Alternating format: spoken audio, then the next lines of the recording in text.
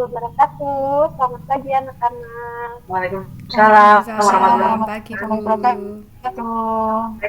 Selamat pagi Bu. Bagaimana kabarnya hari ini? Baik Alhamdulillah semuanya? sehat. Alhamdulillah Baik. sehat. Alhamdulillah. Hari ini ada yang tidak masuk.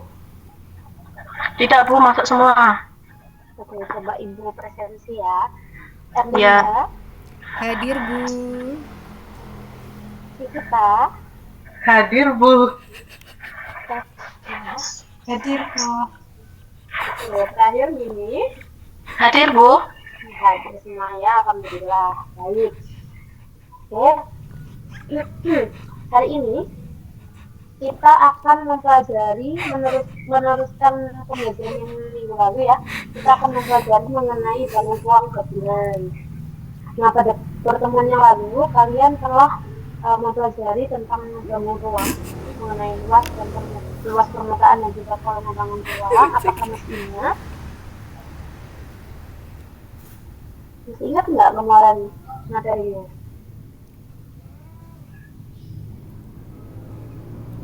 Kok nggak ada yang menjawab? Masih ingat ya kemarin materinya tentang luas permukaan dan volume bangun ruang? Masih ingat ya? Oke, Ibu coba ya, kita review pelajaran yang sebelumnya. Oke, coba ada yang tahu nggak luas permukaannya kubus? Rumusnya apa? Luas permukaannya kubus? 6 kali S kali S Bu. Oke, sip, benar. Kalau volumenya? Volumenya S kali S kali S. Oke, baik, masih hafal ya? Baiklah, sekian saja review materi yang kemarin. Sekarang kita mau masuk ke materi selanjutnya, yaitu tentang luas dan volume bangun gabungan. Sebelum itu, kalian sebelumnya sudah dibagikan LKPD ya? Sudah membuka LKPD-nya? Sudah Bu. LKPD-nya? Nah, oke, saya share screen LKPD-nya ya.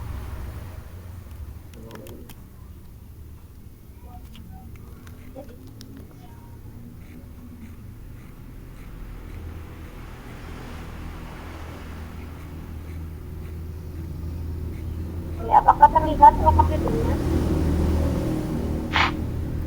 Sudah Bu. Ya Bu. Lihat ya di sini. Nah, di sini ada gambar sebuah bangunan. Sebelumnya kalian pasti pernah melihat bangunan ini.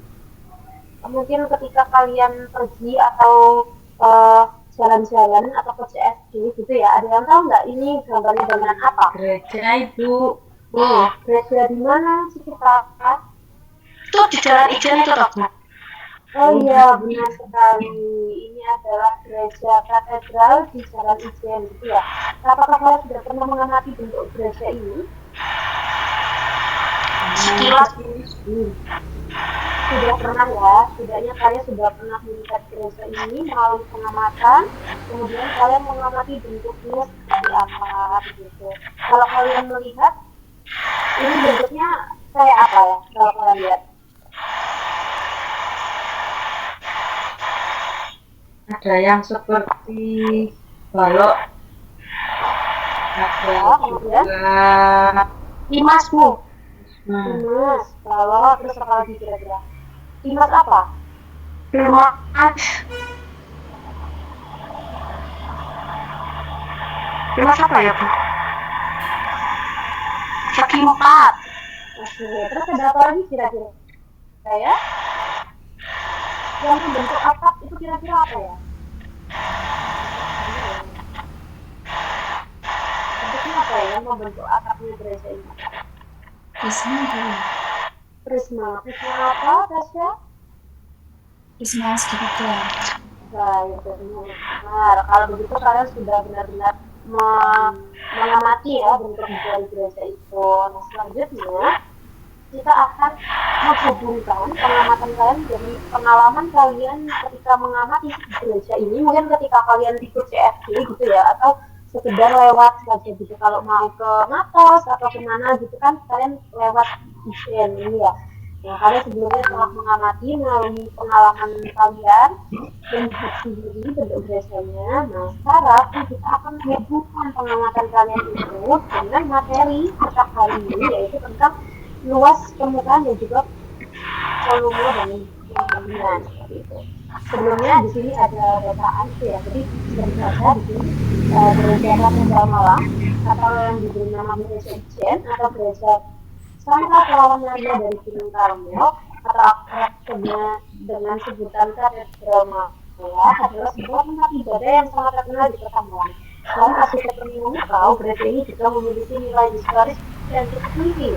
Bangunan megah berlapis warna krem ini menjadi saksi perlawanan arek-arek Malang saat memperjuangkan kedaulatan di Indonesia. Nah, di sini ada konstruksi gereja tersebut terdiri dari gabungan bangunan doang yang berdiri di manakala. Di bawah ini adalah kesadaran bangunan gereja Katedral Malang. Nah, sekarang saya ingin meminta satu orang saja mungkin dari perwakilan ya untuk menjelaskan, saya merefleksikan kira-kira bentuk bangunan yang ada di gereja Katedral Malang ini tuh bentuknya apa saja sih? Ada yang mau menceritakan nggak? Ini konstruksinya dimisalkan gambarnya seperti ini ya. Kira-kira ini bentuknya apa saja?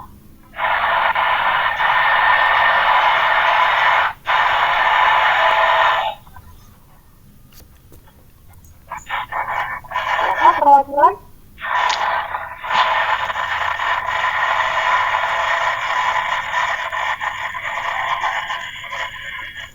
Itu Bu, ada balok dengan 5 segi 4 yang pada tubuhnya. Ini ya, apa namanya, menara ya? Iya, menara. Kemudian? Terus balok dengan prisma segi 3. Oke, ini baloknya sebagai bangunannya dan prisma segi 3 sebagai atapnya. Terima kasih Mimi. Oke, kalian sudah mengenali berarti ya.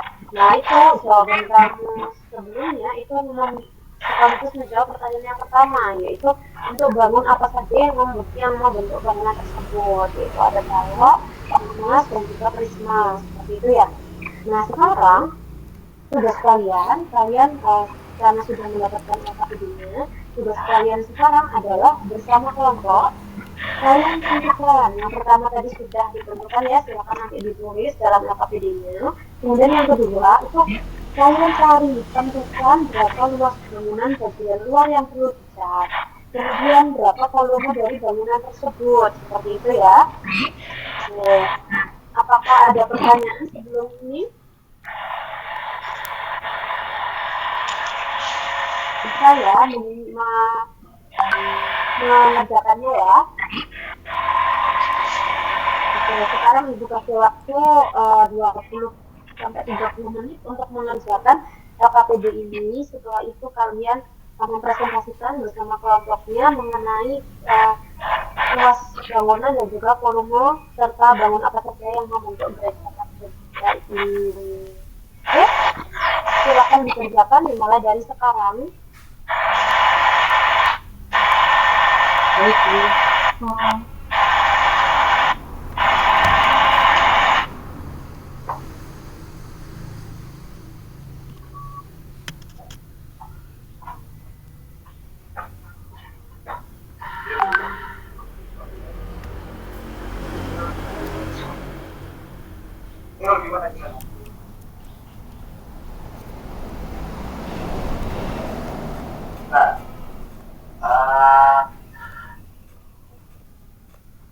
Ini aku bikin bikinnya benar-benar PPT buat Pak Erlang atau gimana?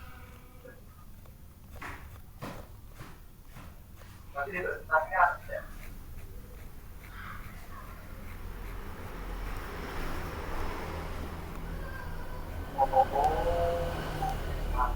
Jadi kayak yang alat itu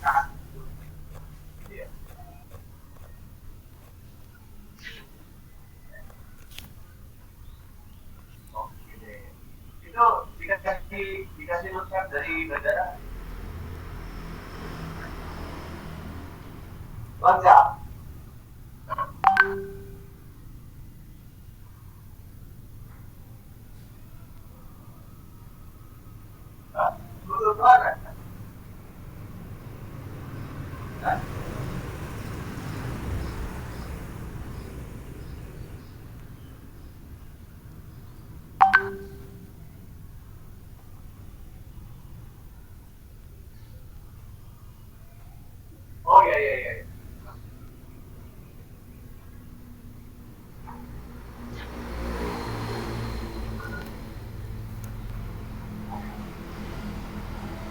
oke. Oke. Baik, jadi aku nggak nanya.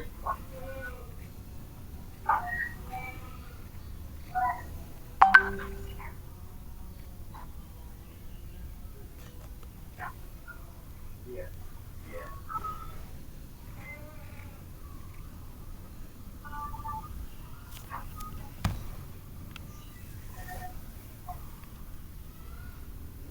Oke, ya. Astaga. Oke.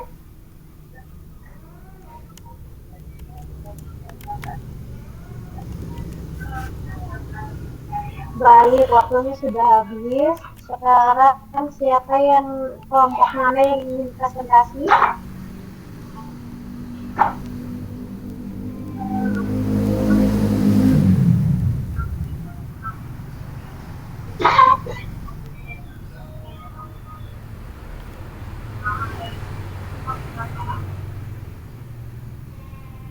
Anak-anak, siapa yang mau presentasi sekarang ya? Saya Bu, Oke, kelompoknya Cikita. Cikita kelompok berapa kelompok ya? 1 dengan Mbak Erlina.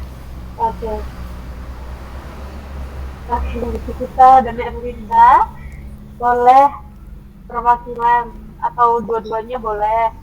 Silakan untuk presentasi ya. Yang lainnya kalau yang tidak presentasi silakan untuk disimak. Kemudian nanti boleh kalau ada pertanyaan, tanggapan atau saran silakan untuk ditahan dulu, nanti disampaikan ketika kita dan kelompok satu presentasi seperti itu ya. Silakan kita. Baik Bu, izin share screen ya Bu. Silakan.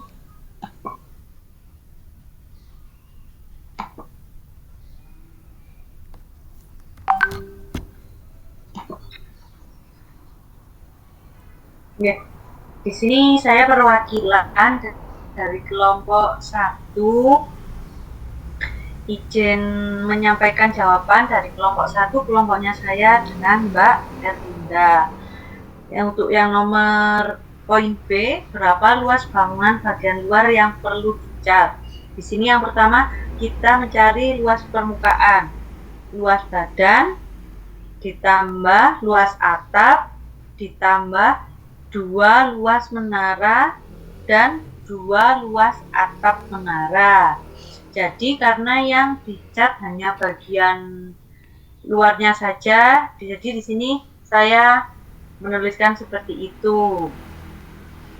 Kemudian untuk luas badannya kita pakai luas balok, terus luas balok dikurangi 2 PL, ditambah luas atapnya, luas prisma dikurangi A kali tinggi, ditambah 2 luas menaranya 2 kali luas balok dikurangi 2 kali panjang kali lebar, ditambah untuk 2 luas menaranya 2 kali selimut limas.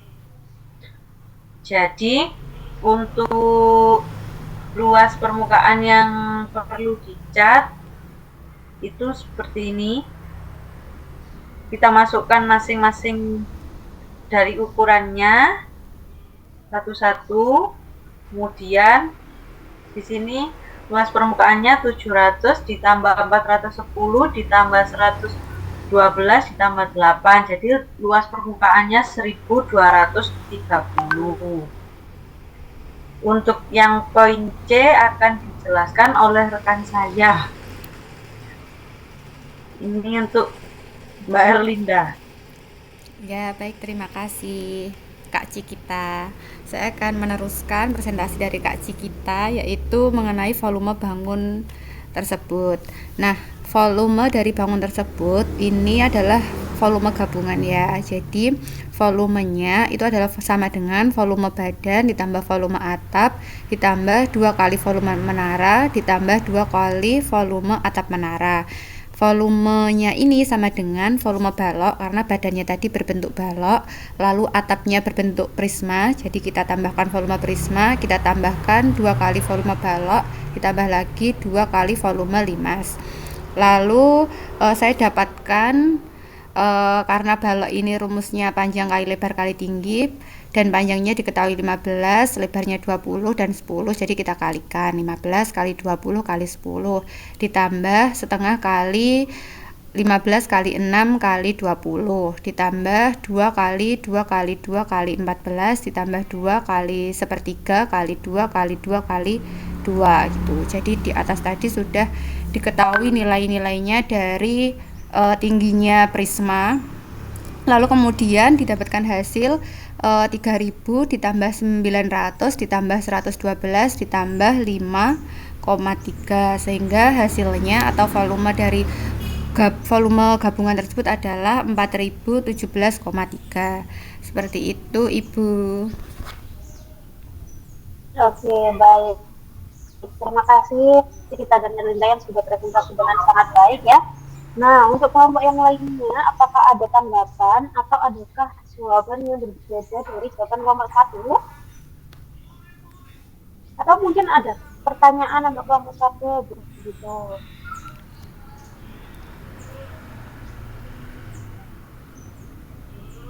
Apakah ada?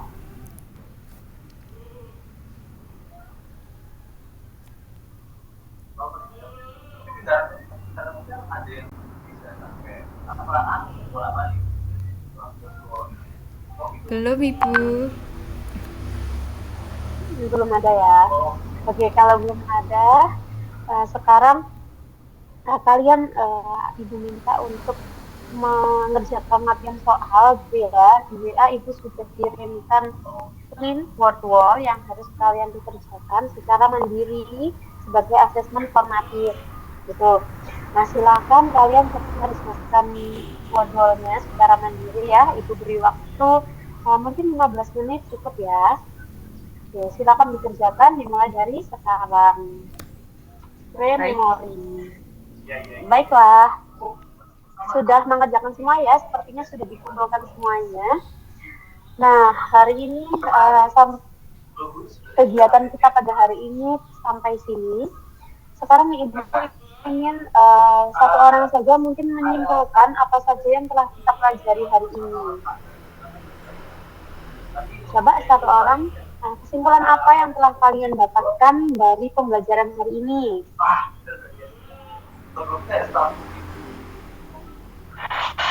Belajar mengenai luas evolusi dari suatu bangun ruang. Terus pengalaman pribadi kita menjadi tahu apa itu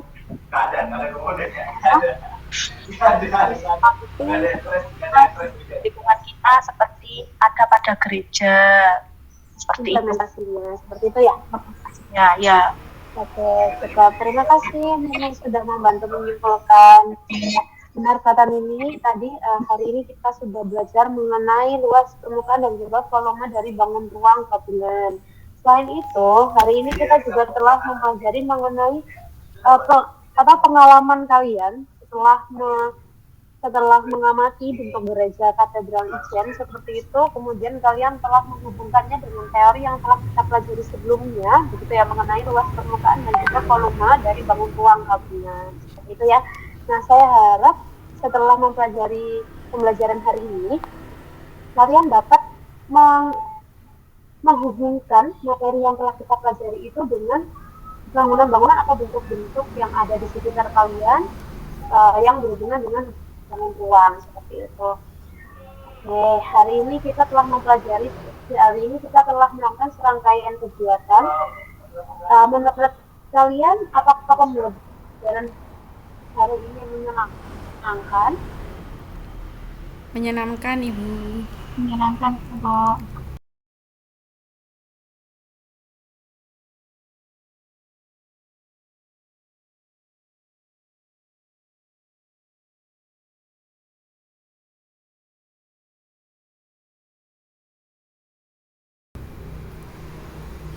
Alhamdulillah. Apakah kalian paham? Ya Allah paham Bu, karena kita gak cuma dikasih contoh, cuma menjelaskan saja rumus-rumus, tapi kita dikasih contoh nyata Bu. Bagus. Bagus sekali, alhamdulillah ya. Baiklah, hari ini pertemuan kita selesai sampai di sini. Pertemuan yang akan datang kita akan melakukan ulangan harian. Silakan kalian untuk mempersiapkan ulangan harian dari materi bangunan ruang seperti itu ya. Oke. Karena kita tadi sudah berdoa di awal tadi pagi ya. Sekarang kita kita tutup pembelajaran hari ini dengan berdoa. Saya minta ketua kelasnya untuk memimpin berdoa. Oke. Aman. Baik, teman-teman, sebelum mengakhiri pembelajaran,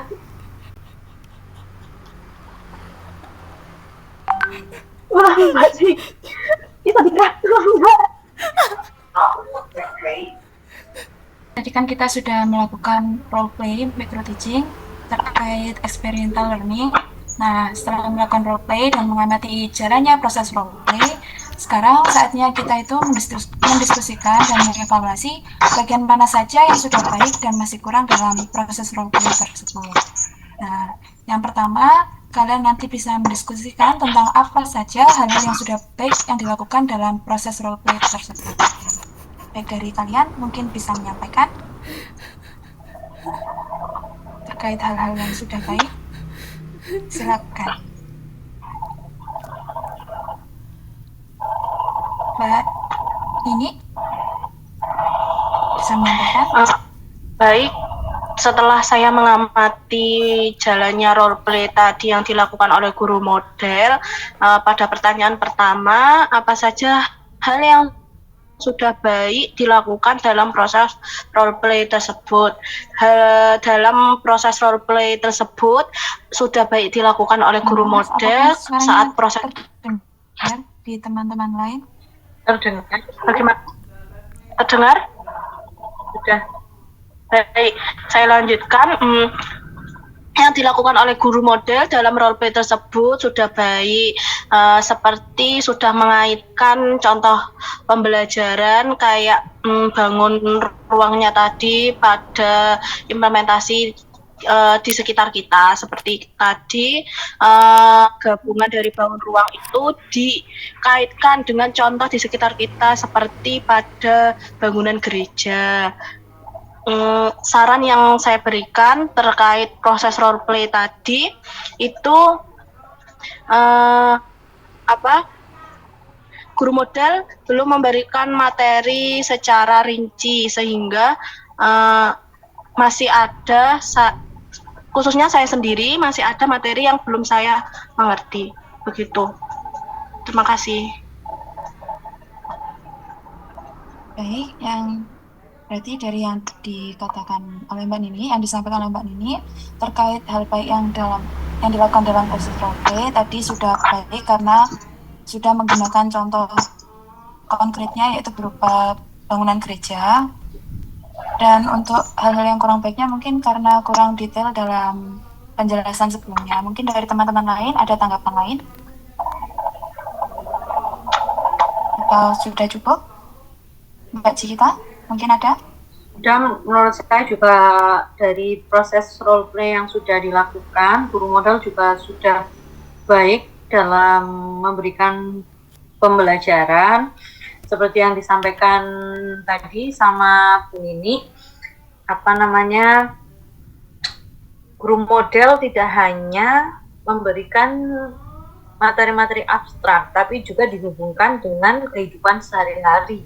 Jadi menurut saya ketika itu diberikan kepada peserta didik, itu lebih mudah ditangkap karena lebih konkret. Terus juga selain itu di sini Bu Laili juga sudah menggunakan contohnya menggunakan di area sekitar Malang, di mana notabene yang di SMP 6 itu lebih mudah kayak membayangkan, oh ini yang biasanya saya lewati, oh ini saya tahu. Jadi ya itu tadi lebih konkret. Terus kalau untuk yang belum maksimal mungkin lebih ini saja terkadang mungkin anak-anak itu kurang bisa menghafal. Mungkin alangkah baiknya ketika nanti waktu pembelajaran untuk review materinya sedikit ditambah lagi. Seperti itu. Terima kasih. Ya, baik, sama-sama. Nah, jadi untuk poin pertama dan kedua tadi sudah disampaikan terkait hal yang sudah baik dan hal yang masih kurang maksimal atau belum maksimal dan bisa untuk evaluasi kedepannya untuk lebih dimaksimalkan lagi. Dan untuk yang poin yang ketiga, terkait bagaimana sebaiknya saya dapat membuat metode dan siklus lebih sinkron satu sama lain, mungkin dari teman-teman observer, mungkin dapat mengemukakan pendapatnya agar bagaimana sih metode dan siklus itu bisa lebih sinkron. Ya, baik, Bu Moderator, saya akan menjawab pertanyaan yang ketiga. Menurut saya, cara yang dapat membuat metode dan juga siklus ini lebih sinkron satu sama lain itu dapat melakukan atau mengimplementasikan siklus tersebut secara berkelanjutan dan selalu menghubungkan pembelajaran dengan pengalaman nyata. Nah, hal ini tuh dapat dilakukan dengan menghubungkan pembelajaran dengan budaya mereka. Jadi, menggunakan pendekatan CRT. Sehingga pembelajaran ini tuh akan lebih dekat dengan peserta didik dan juga berpihak pada peserta didik. Karena ketika guru ini menggunakan konten permasalahan yang tidak asing bagi mereka, itu tuh peserta didik lebih tertarik untuk belajar materi tersebut, seperti itu. Dan saya juga mengapresiasi untuk pemilihan kontennya tadi, ya itu sudah sangat menarik karena konten permasalahannya tadi adalah bangunan yang sering mereka temui gitu. Jadi sangat menarik bagi peserta didik, seperti itu, Kakak.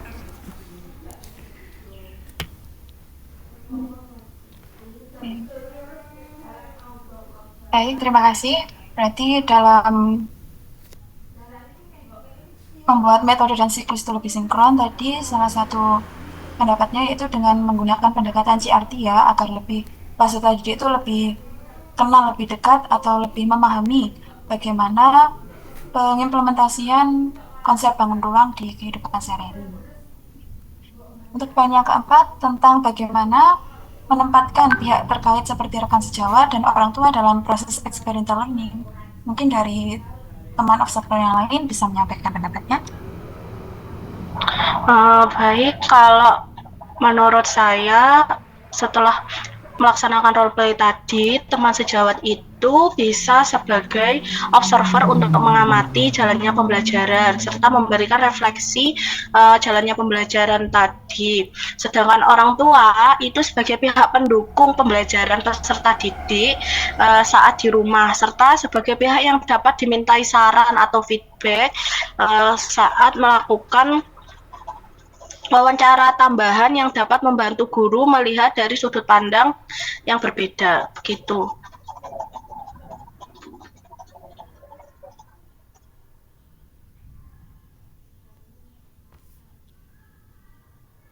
Oke, baik. Terima kasih. Mungkin dari teman observer yang lain bisa menyampaikan pendapatnya atau kurang lebih sama seperti yang disampaikan oleh penyidik tadi. Insya Allah sama ya. Dan untuk poin yang terakhir tentang hal apa yang sebaiknya kita atau saya rencanakan untuk memaksimalkan proses experiential learning tersebut. Mungkin dari semuanya, tiap-tiap observer bisa menyampaikan. Baik, kalau dari saya mungkin untuk memaksimalkan proses experiential learning, mempertimbangkan beberapa langkah perencanaan, salah satunya yakni merencanakan aktivitas atau proyek yang relevan dengan tujuan pembelajaran. Tentunya dengan menggunakan pendekatan experiential learning. Selain itu, juga bisa mengatur jadwal dan alokasi waktu pembelajaran guna untuk mengimplementasikan experiential learning sehingga kegiatan tersebut dapat dilakukan dengan efisien. Seperti itu. Terima kasih. Baik. Ya. So, Bu Erlinda. Ya, saya akan menambahkan terkait hal-hal yang dapat direncanakan untuk memaksimalkan proses pembelajaran dengan experiential learning. Menurut saya ini kita dapat melibatkan pihak-pihak terkait untuk memaksimalkan experiential learning tersebut. Nah, seperti adanya dukungan rekan sejawat serta orang tua. Pihak tersebut itu dapat diperlukan dalam mencapai tujuan pembelajaran. Lalu kemudian merencanakan evaluasi dan juga refleksi secara berkala dan juga berkelanjutan. Nah, evaluasi tersebut ini bertujuan untuk mengetahui kekurangan dan juga kelemahan pembelajaran yang dilakukan dan juga untuk mengidentifikasi hal-hal yang perlu ditingkatkan. Ya, baik, terima kasih. Coba Mbak Nini, mungkin ada tanggapan yang berbeda? Dan satu lagi untuk memaksimalkan proses experiential learning ini, tadi kan ketika observer memberikan refleksi-refleksi yang diberikan oleh guru model, sebaiknya kedepannya nanti guru model itu menerapkan dari hasil refleksi dari teman sejawat tersebut maupun dari guru pamong, gitu.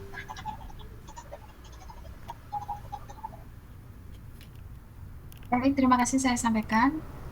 Untuk dari ketiga jawaban observer tadi kurang lebih halnya sama.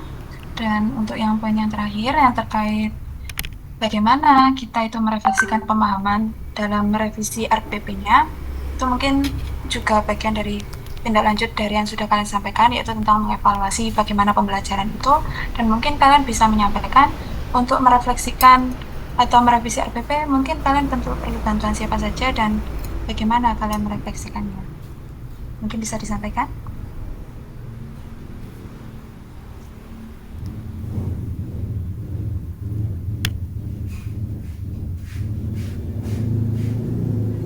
Kalau menurut saya, setelah melalui proses refleksi dan evaluasi bersama rekan sejawat, dengan guru pamong, dengan orang tua, hasil dari refleksi tersebut dapat dituangkan dalam revisi modul ajar yang akan kita buat untuk selanjutnya.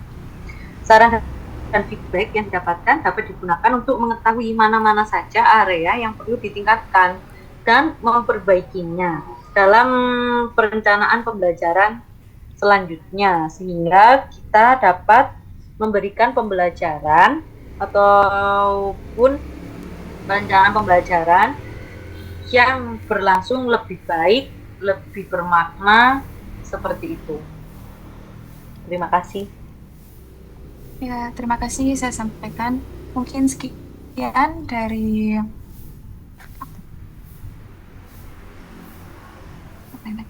mungkin sekian diskusi kita terkait hal-hal baik dan bagaimana refleksi kita terkait praktek pembelajaran microteaching experiential learning.